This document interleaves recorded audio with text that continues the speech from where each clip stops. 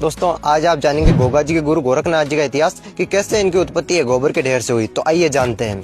दोस्तों गोरखनाथ जी के जन्म के समय और उनके जन्म स्थान को लेकर विवाद है, लेकिन एक मान्यता के अनुसार इनका जन्म 845 ईस्वी में के पेशावर में हुआ था। एक बार मच्छिंद्र नाथ जी किसी के द्वार पर भिक्षा मांगने गए तो एक स्त्री उन्हें बड़े उदास मन से भिक्षा डालती है। तो मच्छिंद्र नाथ जी उस स्त्री से उसकी उदासी का कारण पूछते हैं तो वह स्त्री कहती है कि वह निसंतान है। तो मच्छिंद्र नाथ जी उसे चुटकी पर विभूति देते हैं और कहते हैं कि इस विभूति को खा लेना, तुम्हारे यहाँ पर एक तेजस्वी बालक का जन्म होगा। तो लेकिन उसके बाद वो औरत गांव की महिलाओं के बहकावे में आकर उस विभूति को गोबर के ढेर में फेंक देती है। और इसके 12 साल बाद जब मच्छिंद्र नाथ जी वापस उसी औरत के द्वार पर भिक्षा मांगने के लिए जाते हैं और उस बालक के बारे में पूछते हैं तो औरत कहती है कि उसने गांव की औरतों के बहकावे में आकर विभूति गोबर के ढेर में फेंक दी है। तो मच्छिंद्र नाथ जी कहते हैं ये तुमने क्या किया, वो विभूति अभिमंत्रित थी, वो व्यर्थ नहीं जा सकती है, तुम मुझे उस गोबर के ढेर के पास ले चलो। उसके बाद वे दोनों उस गोबर के ढेर के पास आते हैं और वहां पर जैसे ही मच्छिंद्र नाथ जी अलख निरंजन बोलते हैं तो उस गोबर के ढेर से एक 12 साल का बालक बाहर आ जाता है। वे इतने दिनों तक गोबर से संरक्षित थे, इसलिए मच्छिंद्र नाथ जी ने उनको गोरक्षनाथ नाम दिया और बाद में उनका नाम गोरखनाथ हो गया। उसके बाद वे मच्छिंद्र नाथ जी उस बालक को अपने साथ ले जाते हैं, उसे अपना शिष्य बनाकर शिक्षा दीक्षा देते हैं और उसके बाद वही गोरखनाथ जी यानी 9 नाथों में से एक नाथ के रूप में प्रसिद्ध होते हैं। एक बार नेपाल की जनता ने नाथ भिक्षुओं का बहुत अपमान किया और उन्हें भिक्षा डालना ही बंद कर दिया। तो जब गोरखनाथ जी को इस बारे में पता चलता है तो वो नेपाल के बादलों को खींचकर अपनी जांग नीचे दबा लेते हैं, जिससे नेपाल में बहुत भयंकर अकाल पड़ गया था। तो जब वहाँ की जनता को सारी सच्चाई का पता चलता है कि नाथ भिक्षुओं के अपमान से गोरखनाथ जी क्रोधित हो गए,